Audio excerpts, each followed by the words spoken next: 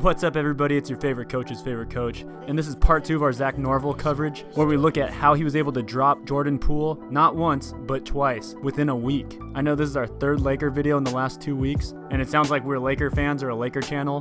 We just want to make it clear, we are not Laker fans. We are fans of no team. We're barely even NBA fans. We're a fan of basketball and basketball players, and whatever team tends to represent the essence of basketball most is the team we tend to root for. But anyways, guys, let's get into the video. So what really happened in the Lakers and Warriors preseason matchup? How was Zach Norvell able to drop Jordan Poole twice? After watching both crossovers numerous times, it became apparent it was all about footwork and understanding time and space.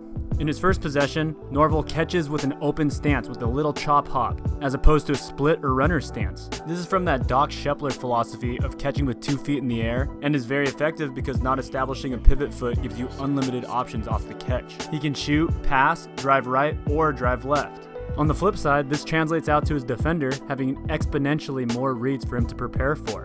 When the ball is swung, Jordan Poole is in recovery mode.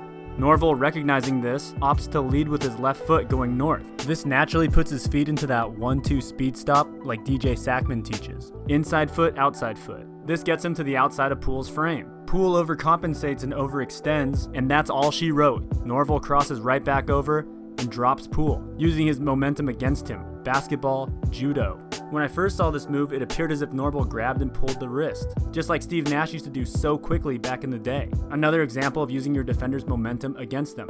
However, after watching the clip hundreds of times and looking at some still pictures, it appears as if Norvell just slapped the wrist through. So physically, that's what Norvell was doing. But more impressive was his understanding of time and space that made this move so effective. Poole is playing the gap in a modified pack line. He initially goes to shoot the passing lane, but does not fully commit. The hardest thing to close out onto is recovering to an open stance player because they have so many options. So hitting him with that speed stop right as he's closing the distance allows him to dictate the action. So it's the precision and timing of this move that takes it to the next level. Same week, same matchup, same result. The second drop was not as impressive, but showed great savvy and awareness for the rookie guard. He understands Poole just got humiliated a few days prior. Norvell knows he has his number.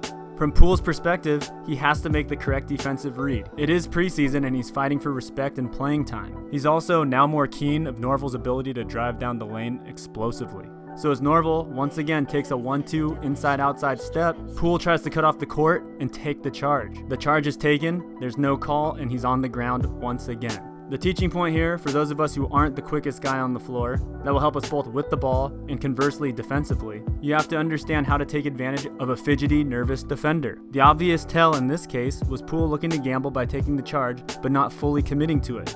If you're gonna gamble, you better fully commit. He'd also knocked down a deep 3 in his eye in the previous quarter. This put him at Norvell's mercy. Bottom line is, Poole should have just gotten up from that last fall, dug down, and played good, conservative defense from possession to possession. He might not retaliate with a steal, but over the course of the game, he would have a lot more stops and thus more success. But at the end of the day, it was Norvell's ability to explosively go downhill and stop on a dime. This is changing speeds at the highest level. The ability to stop and go is another area of basketball athleticism that is commonly ignored. To utilize your explosiveness, you have to be able to control it. Just as a Formula 1 race car has to have an amazing brake system, otherwise it would just simply fly out of control. But it's that 1-2 speed stop that allows you to go downhill, force your defender to recover, and a well-timed direction change will leave them on the floor. Anyways, guys, thank you so much for watching, and a special thanks for helping us reach 10K subs this last week. We both honestly never thought we'd get anywhere close to that, so it's been pretty remarkable.